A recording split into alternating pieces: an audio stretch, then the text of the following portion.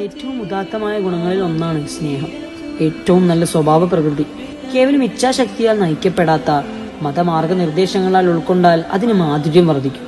തിരുപ്രവാചകനേക്കാൾ ധാർമ്മികതയിലും ആന്തരിക വികാരങ്ങളിലും ഹൃദയ ഇടപെടലുകളിലും പൂർണ്ണമായി മറ്റാരുമില്ല. നബി സല്ലല്ലാഹു അലൈഹി വസല്ലമ വിവിധ കാര്യങ്ങളെയും വിവിധ വിഭാഗങ്ങളെയും സ്നേഹിച്ചിരുന്നു.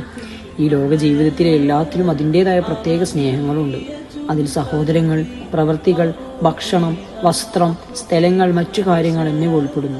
അതുപോലെ നമ്മുടെ പ്രവാചകൻ സല്ലല്ലാഹു അലൈഹി വസല്ലമ തങ്ങൾക്ക് ഈ ലോകത്തിൽ എല്ലാ വിഭാഗങ്ങളിൽ നിന്നും പ്രത്യേക സ്നേഹമുണ്ടായിരുന്നു.